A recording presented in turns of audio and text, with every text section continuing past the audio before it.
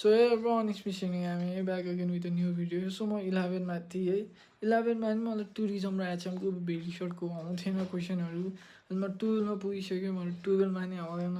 अनि कुनै कुनै क्वेसन त कुनै क्वेसन त मलाई सिमिलर जस्तो लाग्छ पढेको जस्तो लाग्छ तर हेर्दाखेरि कुनै क्वेसन यो क्वेसन नि मैले पढेको थिएँ जस्तो पनि लाग्छ कि तर त्यो भेरी सर्टबाट कहिले पनि मेरो पुल मार्क्स आएन कि 11 जिन्दगी आएन न 11 मा आयो न 12 मा आयो न अहिले उस बोर्डमा नि म सियर छैन म चाहिँ पुरै डिपेन्डेन्ट हुन्थेँ कि भेरी सर्ट भन्दा नि सर्टमा चाहिँ म पुरै डिपेन्ड भएर जान्थेँ कि किनकि मलाई त्यही आउँथ्यो र म त्यहीले मार्क्स लिएर आउँथेँ लङमा भन्दा लङको मलाई दुइटा कि एउटा आउँथ्यो लङ क्वेसन एउटा भन्दा नि दुइटा जस्तो आउँछ मेनली त्यो दुइटा भन्दा नि म सर्ट क्वेसनमा चाहिँ डिपेन्ड गर्थेँ कि किनकि मलाई त्यही आउँथ्यो त्यो जस्तो बेला अनि मलाई चाहिँ यो